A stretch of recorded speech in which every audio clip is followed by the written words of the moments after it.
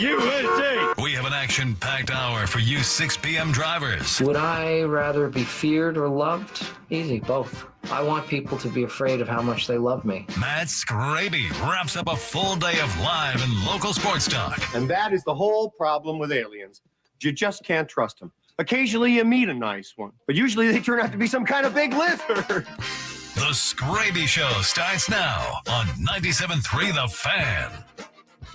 Hello and welcome into the Skraby Show for Monday night. Thank you for joining me. Thank you for being with us on Gwen and Chris. Thank you for being with the station all day long. We are going to talk about a ton tonight. We're going to talk about the football games. We're going to also, around 6:20, I'm going to lay out a Padres theory I heard over the weekend talking with my friends.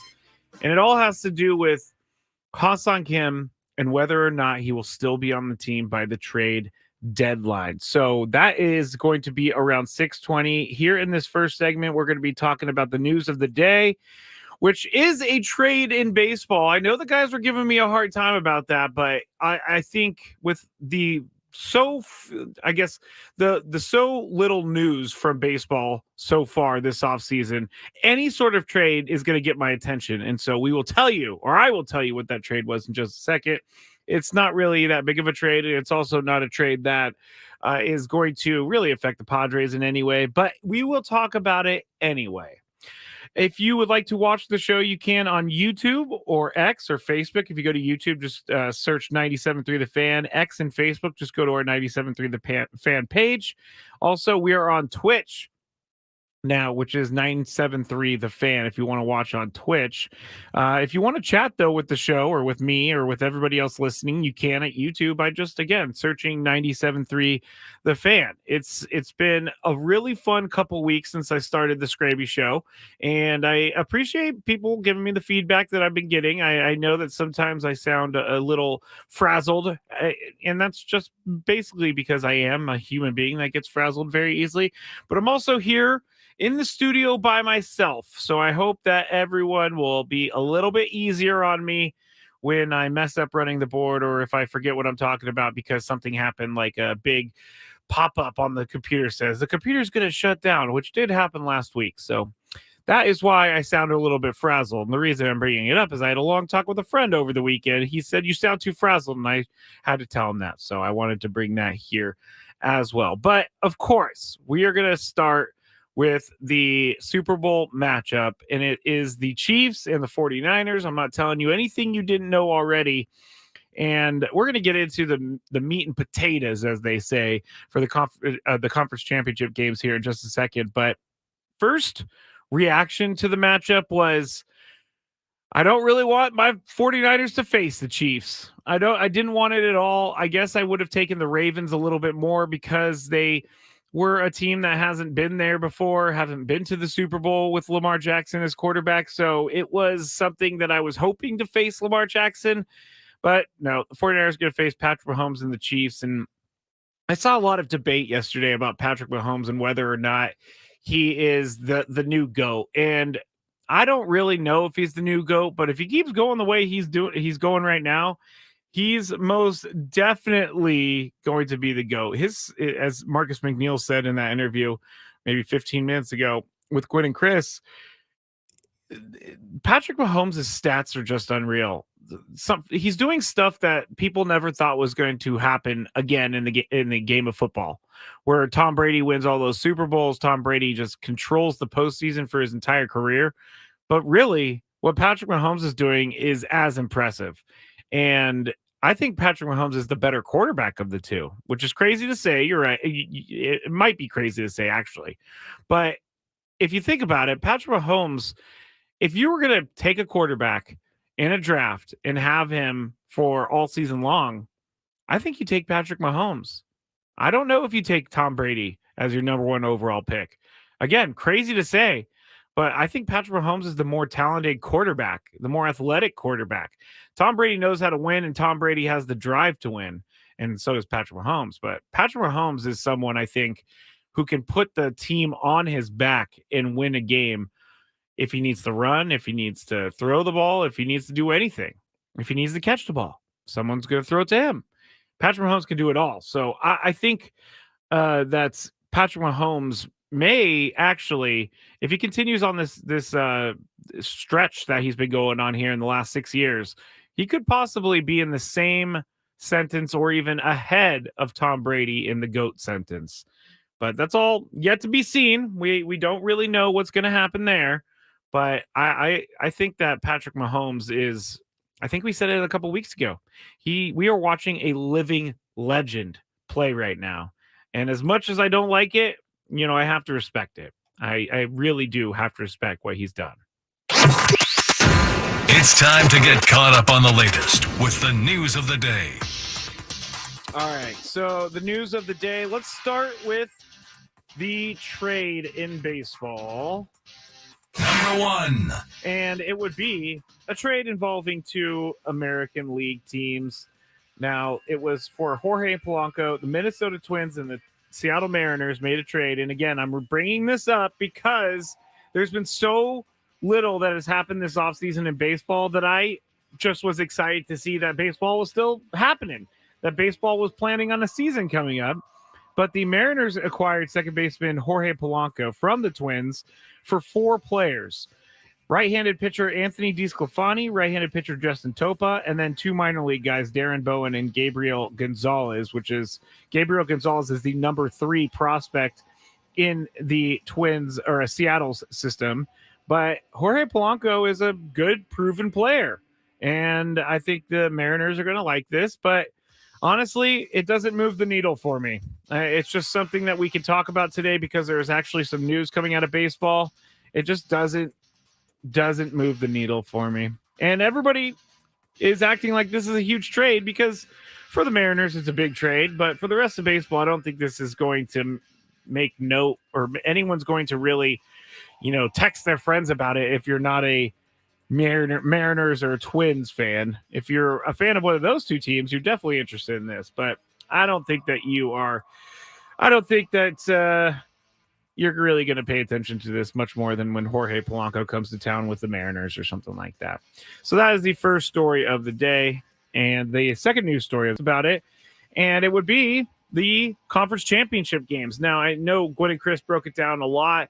I held some of my conversation for the Skraby show tonight, but if we're going to look at what Lamar Jackson and the Ravens did, they did a really terrible job of coming prepared for that game. And it wasn't that they came in without having put in the effort. I felt like their energy level was so low. And I look to the team leader, Lamar Jackson, and he's going to take it from every single angle today because he lost and he didn't have a great game. But I didn't see the same Lamar Jackson that I saw over the course of the regular season or even in that game against the Texans. It's not even about him running the ball. I just didn't see the demeanor from Lamar Jackson as one of the entire season. He didn't really seem like he was in his players' faces, and that doesn't always happen, and it doesn't always work out well for a quarterback to get in their players' faces. But Lamar Jackson's the heart and soul of that team, and when he goes to the sideline and he just kind of sits there and doesn't really show emotion or doesn't really show that he has a fiery passion inside of him, I think the rest of the team kind of sees that and they take on the personality of their leader, and Lamar Jackson's their leader. I just don't know. I don't know what else you could say about Lamar Jackson. He's a great player. He's going to win his second MVP, but he can't get past that big game. And so that's the next thing that he's going to have to prove in his career. Can he get to the Super Bowl? Can he win a Super Bowl? And right now, the answer is no. He cannot get to a Super Bowl. He cannot win a Super Bowl with the way that he's doing things right now. And I know it's probably unfair for me to say that it's Lamar Jackson's fault that they lost because of his leadership and his demeanor. But really, look at some of those other games and tell me he's not, and tell me he's the same guy as he was yesterday, because he's not. The whole season he was a different type of leader. He was more vocal, he was more emotional, and I just didn't see that from him yesterday. And the Ravens had many opportunities to get back in that game or get in the game, because I can't even count how many times the Ravens defense gave Lamar back the ball and he was able to, maybe even it was like a 3-and-out, and getting the ball back, trying to go down and either tie up the game or kick a field goal. and they just couldn't do it. And so the Chiefs flat out outplayed the Ravens yesterday, and the Chiefs are the deserving team of going to the Super Bowl. It's just kind of annoying to me a little bit that the Chiefs are going to the Super Bowl because of how, I guess the kids are saying mid they looked all year, because they did. I thought this was the year that Patrick Mahomes and the Chiefs are going to miss out on the Super Bowl because they weren't good enough. And Patrick Mahomes took it upon himself to show everyone that he is absolutely good enough. And I am very hesitant to say the 49ers are going to win this game hands down, because Patrick Mahomes seems like he can will anything to victory. And that's someone I don't want to face in a championship game. He wants to win so incredibly bad. And when you face Patrick Mahomes in these big, huge, massive games, he usually ends up coming out on top. And I'm not a fan of that. I don't want that to happen whatsoever. Now, in the other game, the Lions and the 49ers, obviously I'm extremely happy that the 49ers won. And I'm sorry to you people out there that are not 49er fans, you're Lions fans. Bang, bang, Niner gang. But the Lions had this game. I don't want to hear anything about how the 49ers got lucky or the 49ers didn't win the game. They actually did win the game if you check the score. But I would say that this wasn't even on Jared Goff. This wasn't even on Dan Campbell. This is on a team, and I said this Friday, this is on a team that was not ready for that moment. And I'm not saying that they weren't ready to capitalize in the moment. I'm saying that this is their first time in 60-something years being in the NFC Championship, or not first time, but it's been a long time since the Lions were this deep in the playoffs. And so when you have that happen, in my mind, it takes a team a year or two to figure out how to play those big games. And so I wasn't trying to be arrogant, as Chris would call me as a 49er fan. I wasn't trying to be arrogant at all. I was trying to say that the 49ers, they have been in these situations before, just like the Chiefs. Why do you think the Chiefs didn't panic throughout the playoffs? Why do you think the Chiefs didn't panic yesterday? Because they've been there before, and they know how to handle it. And the Lions, I think they got a little bit too carried away on feeling themselves with a 24-7 lead at halftime. I don't think any of them were saying that they got this or they're already celebrating a win. Maybe CJ Gardner-Johnson, who was yelling or who was signaling bye-bye to the crowd. But I just think that these guys didn't know what to expect when their backs were up against the wall in a huge game of that magnitude. You may not feel like you're feeling pressure, but at the end of the game, when it's on you to try and win the game, there's going to be pressure that's building, and I feel like the 49ers handled that pressure just a little bit better than the Lions did yesterday. Brock Purdy, I'm not gonna fight about him anymore, because all he does is go out there and play hard and win. Well, at least win yesterday. But I'm not going to do the whole Brock Purdy, is he a game manager thing anymore, because it doesn't really matter.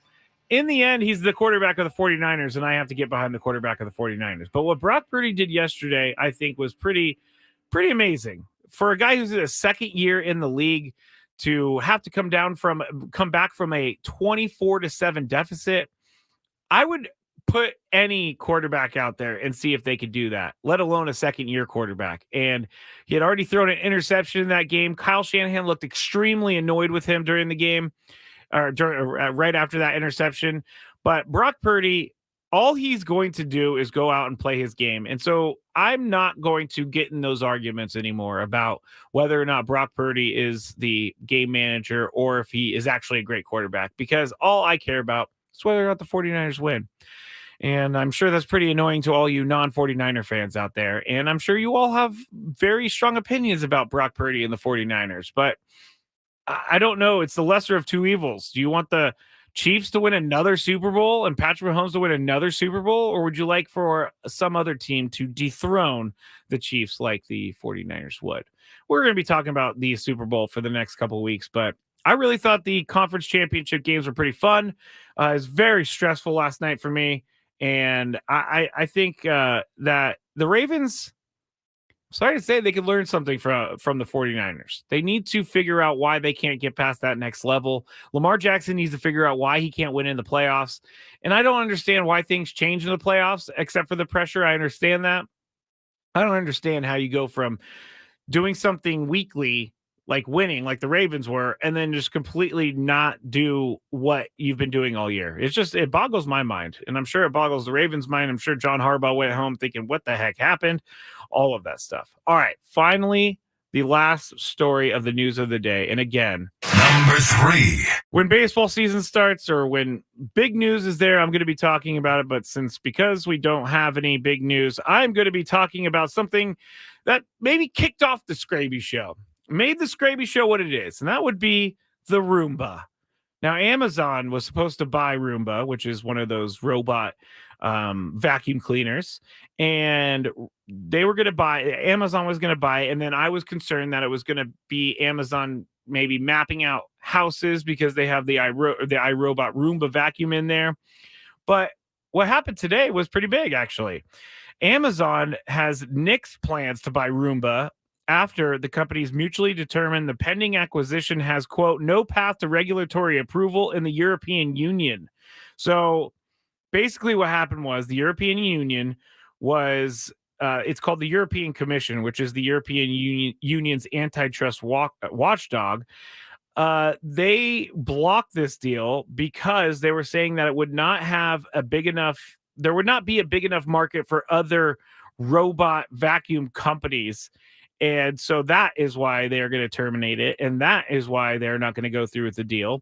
The European Commission initially raised concerns last fall, and they've been looking into this ever since Amazon was still going forward with their purchase, trying to become the monopoly that they are. And it's music to my ears to hear this, because I am all against Amazon becoming a company that is going to control every part of our lives. I did not need Amazon knowing the layout of our houses. I didn't need it. Amazon's actually gonna have to pay the company's called iRobot, who makes Roomba. They're gonna have to pay a $94 million termination fee. So it is not cheap for Amazon to get out of this deal, but the European Commission said, no, Amazon, we are not going to let you take over the world. And I have to give a round of applause to the European Commission. All right, that's it for the news of the day. When we get back, we'll talk about the Padres and possibly a backup plan if the Padres trade Ha-Seong Kim. I'll tell you who is that backup plan when we get back. I'm Matt Skraby. This is the Skraby Show on 97.3 The Fan. And Kim crosses the plate.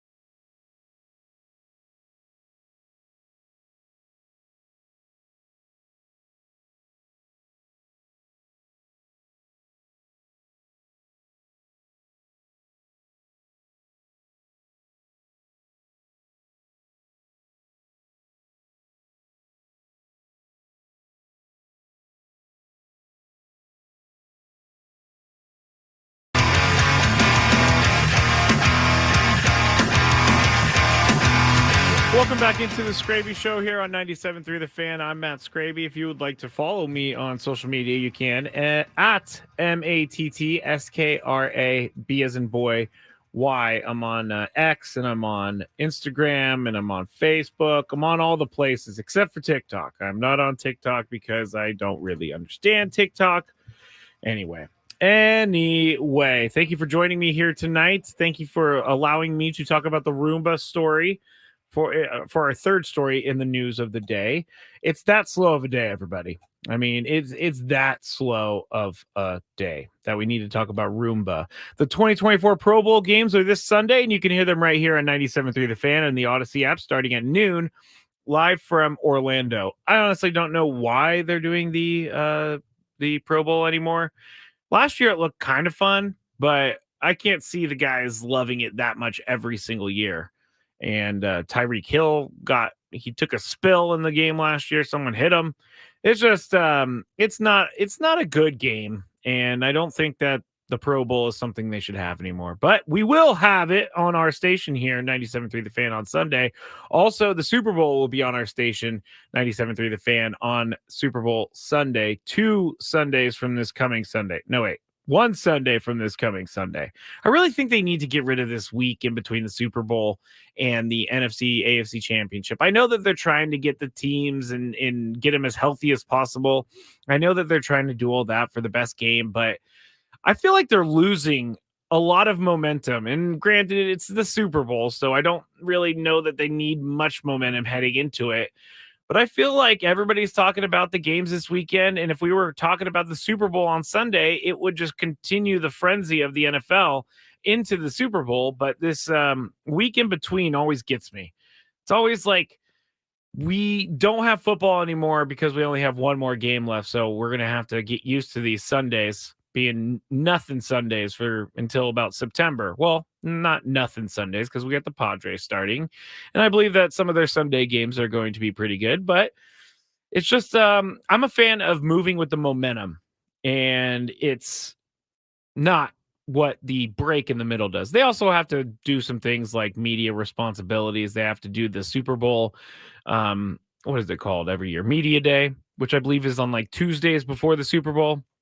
So I'm curious to see when the Chiefs get there, when the 49ers get there, everything that goes into that. And I have applied for a media credential from the NFL so that I can go to the Super Bowl. I don't believe I've received a response yet, and I don't believe I will receive a response yet. But I saw earlier, I was looking for tickets because I'm thinking Super Bowl's in Vegas. When's the next time I'm going to see the 49ers in a Super Bowl that's that close to home? Probably, I don't know. So I looked. Cheapest ticket, $9,000 is what I found on a secondary market. $9,000. Now, I do not have that money, so I will not be going to the game, nor will I ever spend that money on a game. I would not buy a ticket for $9,000 unless I was like a billionaire, because $9,000 to go to a game is incredibly crazy to me. But, if you find a ticket for maybe $10, let me know. I'll be heading over there. I'll be heading that way, and I will be watching the Super Bowl. Adam, are you listening? Send me to the Super Bowl, Adam. Sponsor me to go to the Super Bowl. It's not going to work. All right. I was talking about before the break that I was talking to some friends yesterday, and we were talking about Ha-Seong Kim and whether or not it's a good idea to trade him or not. This is the hot topic. So it's not like I'm just recycling these topics. This is what we have in front of us, because the Padres have had such a slow offseason.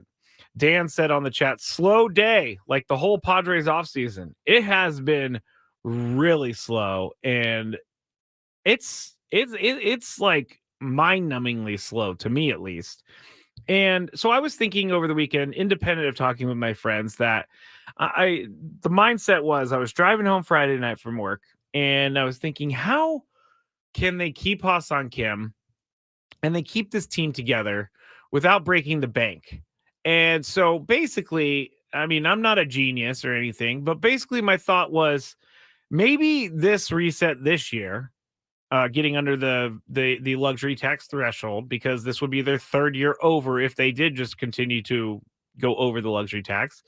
they can't afford the 50% tax, which would be somewhere around like $100 million or something, or more, $125 million, which is insane. And no team ever wants to pay that. So it's not just the Padres stepping out on that. It's every team stepping out on that.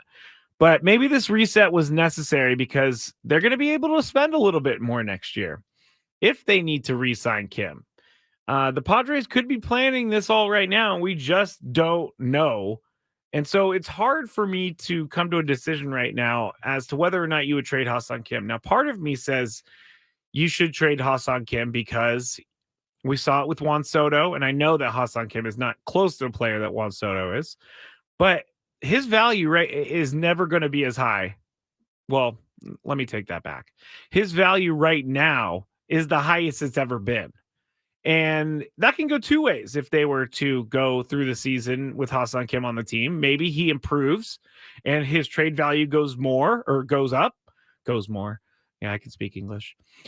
Or he regresses and his trade value goes down. So there's kind of a little bit of a gamble here. Now, I think that Ha-Seong Kim is going to continue to get better, but he's also not going to be able to stay with the team for $8 million a year once this coming season is over. He's going to want more money. He's going to get more money because he is a proven, I guess he is as proven as you can be from coming over from Korea. And he's not I'm forgetting the guy the Giants signed right now. Lee is his name.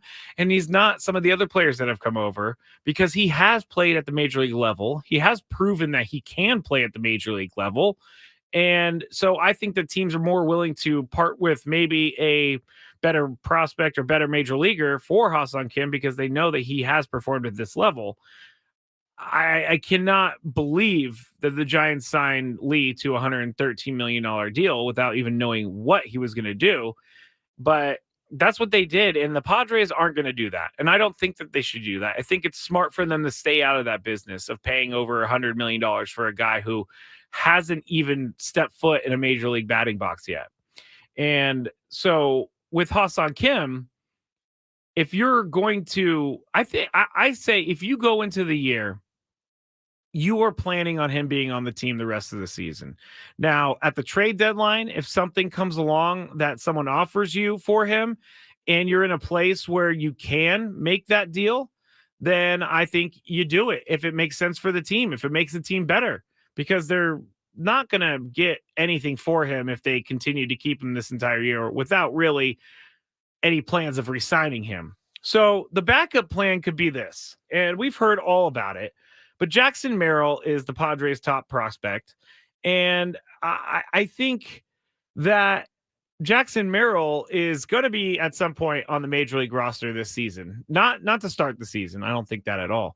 But at some point he will be brought up and he will be on the major league roster because it seems like he's ready to take that next step. And I don't know exactly what the Padres are thinking about him, but say Ha-Seong Kim is traded. Who are you going to replace Ha-Seong Kim with? Ha-Seong Kim plays third, he plays shortstop, he plays second. He plays a lot of positions. Well, Jackson Merrill is a shortstop by trade. And I know Xander Bogaerts is there, but he can play other positions. I don't know that they're going to put Jackson Merrill in the outfield. But I do think that Jackson Merrill could be, even before we know what he could do at the major league level, I think that he has a good enough name, a good enough pedigree, a good enough contribution so far in the minor leagues that it wouldn't be crazy for the Padres to trade Ha-Seong Kim and rely on him for the rest of the season to play defensively. I'm not even expecting him to be a good offensive player right out the gate. It's just added bonus. But as long as he can play defense and play it really well, I think that's a pretty good trade-off. I don't think that Jackson Merrill is going to come up and be bad. I just don't think that's in his DNA. And I don't think the Padres are going to trade Jackson Merrill as well. So that leaves us with the Ha-Seong Kim situation and whether or not they're going to listen to offers from teams or even make offers to teams themselves. It wouldn't surprise me if the Padres did trade Ha-Seong Kim, But side note, I don't want them to trade him before the Korea trip because he needs to go back and play with the Padres in Korea because that would be amazing. It's going to be fun to see. But I also don't think he's going to be traded before the season because I think that they're going to wait around until the trade deadline to kind of see what kind of shape they're in amongst the NOS and amongst the playoff ranks. Because if they're a team that is right there and they're making a playoff run, and if they could get just, a couple more guys, and Ha-Seong Kim's having a good first half, I definitely go explore that trade because you're not guaranteed to get him back on the team if you decide that you aren't going to sign him to a big contract. He's not coming back for a small deal. He's going for a big deal. So if this is some sort of reset spending year and you want to keep it cheap for next year, you trade Ha-Seong Kim, you bring up Jackson Merrill at the trade deadline. And Jackson Merrill is going to be under team control for a long time. And Ha-Seong Kim was never under team control because he signed from the KBO. And so it wasn't like they had the running clock waiting or running on Ha-Seong Kim and when he was able to get out of his third arbitration, he's able to negotiate on the free market. And Jackson Merrill will not be able to do that. He will be under control in arbitration for a couple years. So they would have a pretty good alternative in regards to the payroll if they wanted to unload Ha-Seong Kim, bring in maybe one or two guys that are going to help the team, and then have Jackson Merrill make nothing comparatively to what Ha-Seong Kim would make. And that would help them with the payroll. That would help the Padres kind of skirt through, cut some of that fat, and get on pace to being back to a place where they could spend money next offseason. So maybe that is it might be an alternative for the Padres if they are needing one at some point next season. Let me see the chat right now. Batten can play third. Azokar and Marcano can platoon in left. I think the Padres blew it. They could have signed Jankowski. I don't agree with that, SB Fly. I don't agree with that because Travis Jankowski is not going to change the entire outlook of your team. Travis Jankowski is a good player, but he's a bench player. He's not an everyday player. Matthew Batten's not an everyday player. Azokar's not an everyday player. When you're looking at these things, I think that, yes, I want to see the Padres fill out their outfield, but I want to see them do it with the right people, not just guys that are out, not just guys that are still on the market, and not just guys that are maybe good clubhouse guys or cheap guys, but guys that are going to actually help this team and actually contribute for this team. So we still have less, I guess it's February 11th. So, they're going to be reporting on February 11th, pitchers and catchers for the Padres. So we have 2 weeks from yesterday until pitchers and catchers report, and the Padres still have some work to do on the roster. And I wouldn't be surprised if some trade came down during spring training to round out this roster, because I feel like that's where they're going to get their value right now, is by trading some of the younger players. And I can hear you out there. Please don't trade our prospects. But if you were with me, I think it was maybe last week or the week before, I read a list from a listener who put out a tweet showing the top prospects in 2018 for the Padres system. And we went through like 10 of those guys, and only 2 of them were still with the team. One of them being Fernando Tatis Jr. I can't remember the other, but all of the other players were not even mentioned or are not even a name in baseball right now. So prospects are prospects. And I know you want people, I know that fans want development of these players from the Padres, but it seems like the Padres may be in a finished product type of business instead of growing some of their infielders and some of their minor league prospects. Now, they definitely are there for pitching because Ruben Niebla is talked about by everyone, but they are possibly not in the business of holding on to these guys and hoping that they become good. So, all right, this is the Skraby Show. I'm Matt Skraby here on 97.3 The Fan. When we get back, we have the Daily Gripe. Also, I've been seeing a bunch of advertisements online, some banner ads for season tickets of one team, and the team didn't even put the name of their own team on it. So I'm going to tell you all about that when we get back here on the Skraby Show on 97.3 The Fan. Quinn and Chris on the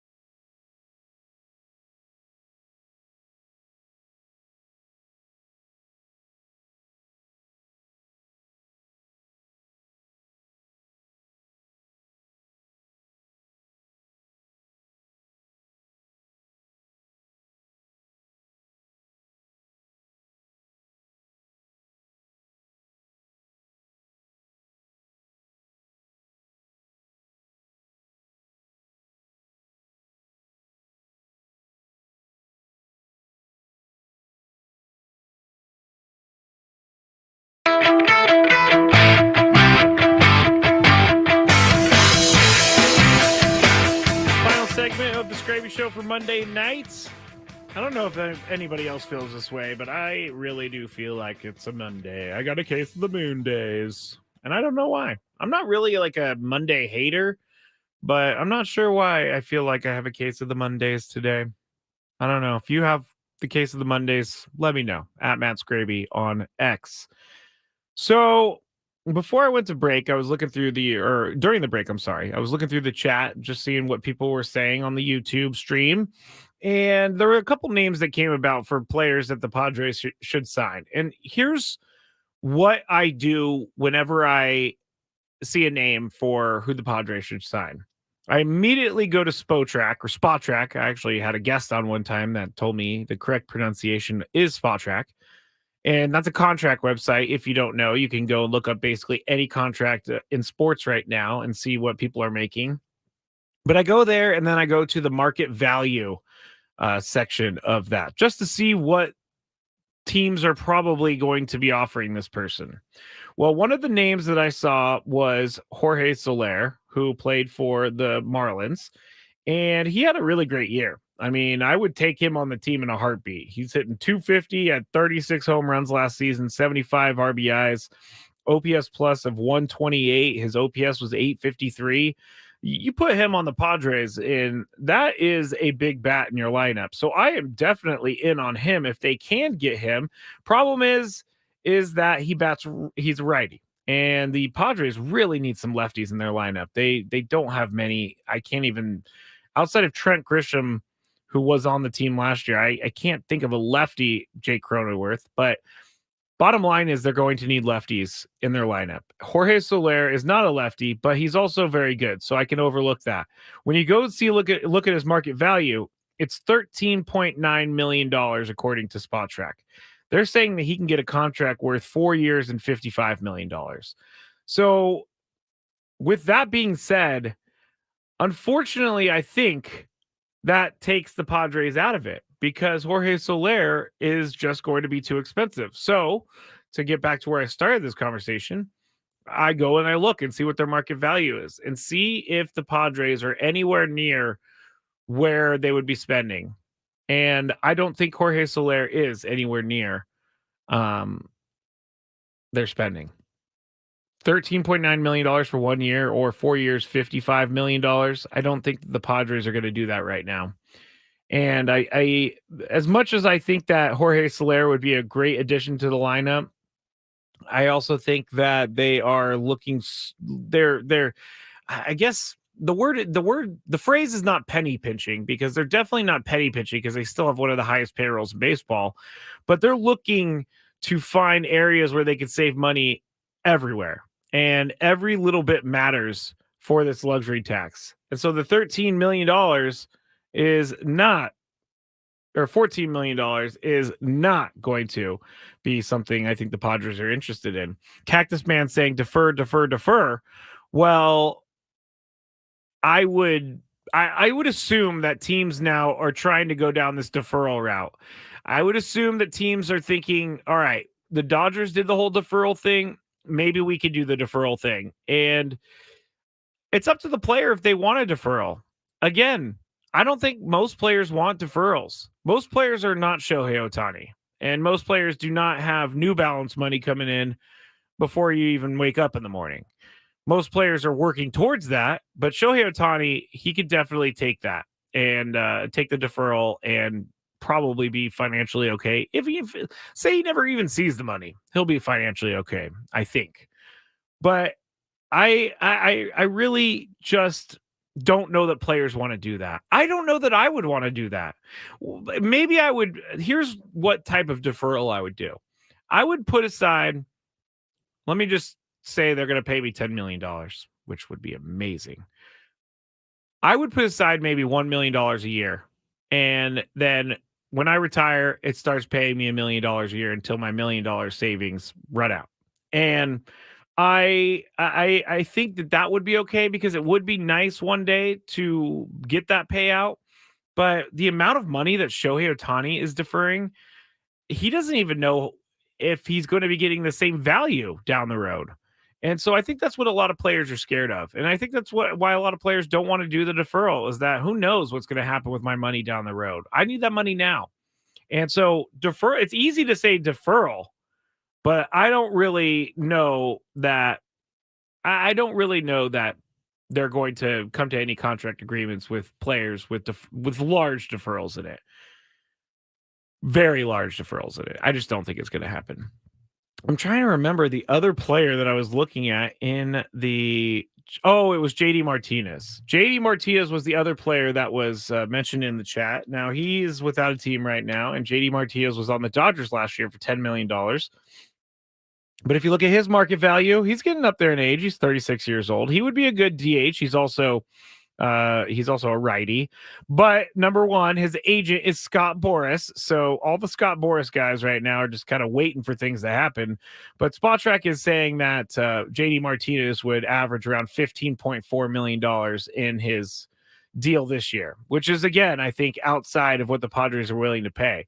I would much rather the Padres go after Jorge Soler and pay him a little bit more than go after JD Martinez and pay him $15 million, because Jorge Soler, he's not a young player by any means, but he'll be 32 here coming up on February 25th. And JD Martinez is older than 32. He's 36, as I said, and he's not getting any younger. So I have a feeling that someone's going to overpay for JD Martinez. And so that's why I wouldn't want to go in that direction unless he wanted to play for $7-8 million. But I doubt he does. There's no Nelson Cruzes out there that are going to play for $1 million. The Padres are going to have to look and be creative elsewhere. It's not these names that we've been talking about. I don't think that these names are going to be the guys that are going to end up on the Padres roster. I've said it once, I'll say it again, I'll say it a million times. AJ Preller's best work is done when no one has any idea that it's in the mix.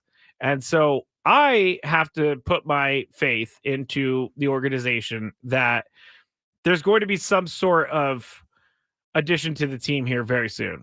Has to be. And I saw in the chat, C20, I believe, said that I shouldn't be misquoting C20.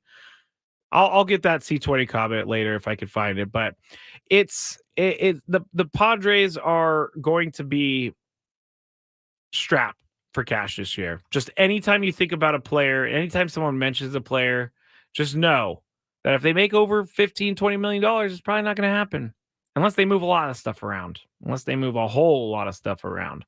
But thank you for this suggestion to the YouTube chat. Appreciate you coming up with some names. And we're going to keep working here on the Skraby Show. We're going to keep working. We're going to keep trying to figure out who is going to be in Padres camp. I'm reading the chat right now. Hunter Smith signed Brandon Belt, trade for James Outman. That's funny you say James Outman. I don't know that he's a good player, but he's also playing for the Dodgers. And I'm not saying that because he's a Dodger. I'm saying that because I don't know that the Dodgers would trade him in division to the Padres. And Brandon Belt, I think he's seen better days. We can't just keep bringing in guys just because they have names. I'd rather a no-name guy surprise me than trying to get a veteran who's past his days.